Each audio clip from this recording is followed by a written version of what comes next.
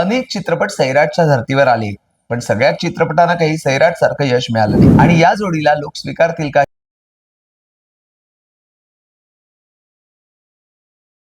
मित्रांनो, सैराट चित्रपट आल्यानंतर आकाश ठोसर आणि रिंकू राजगुरू ही नवीन जोडी खूप लोकप्रिय झाली आणि त्यानंतर अनेक चित्रपट सैराटच्या धर्तीवर आले, पण सगळ्याच चित्रपटांना काही सैराट सारखं यश मिळालं नाही.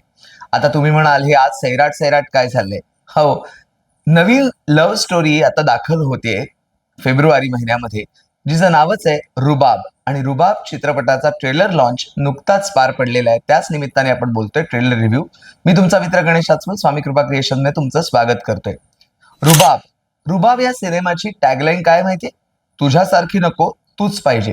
ट्रेलर बघितल्यानंतर भरपूर ऍक्शन सिक्वेन्स आपल्याला दिसतात आणि एक लव्ह स्टोरी ही आहे हे सुरुवातीलाच लक्षात येतं.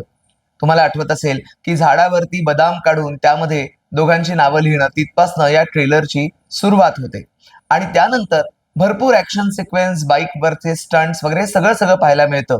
आणि या चित्रपटाचा जो नायक आहे तो नायक सांगतो की तो दारू पित असतो, तो सिगरेट पित असतो आणि त्यावेळेला ती नायिका तसं सुद्धा त्याला ऍक्सेप्ट करायला तयार असते. नेमकी काय असेल लव्ह स्टोरी? गावाकडची लव्ह स्टोरी आहे का? बघून तुम्हाला जाणवेल की याच्यामध्ये काहीतरी सैराट सारखं आहे का?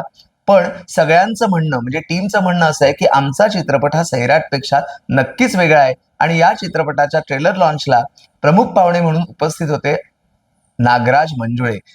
रुबाब हा जो चित्रपट आहे ना, तो रुबाब चित्रपटाचं दिग्दर्शन शेखर रणखांबे यांनी केलेलं आहे आणि त्यामुळे त्यांच्याकडनं खूप अपेक्षा आहेत, कारण त्यांच्या शॉर्ट फिल्म्सला राष्ट्रीय पुरस्कार सुद्धा मिळालेले आहेत.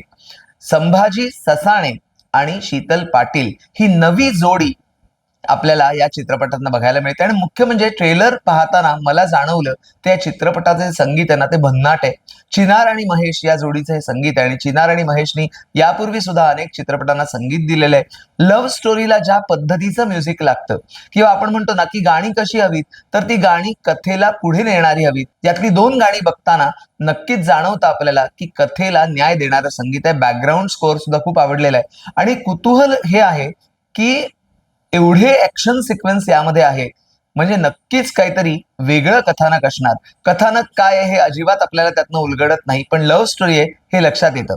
आता या नव्या लव्ह स्टोरीला लोक स्वीकारणार आहेत का, यासाठी आपल्याला 6 फेब्रुवारी पर्यंत वाट पाहावी लागेल. आणि अर्थात संभाजी ससाणे आणि शीतल पाटील ही जोडी जी आहे, ही जोडी त्यांचा हा पहिलाच चित्रपट आहे आणि या जोडीला सुद्धा लोक स्वीकारतील का, म्हणजे प्रमुख भूमिकेतला पहिला चित्रपट आहे आणि या जोडीला लोक स्वीकारतील का हे सुद्धा आपल्याला 6 फेब्रुवारी नंतर कळणार आहे.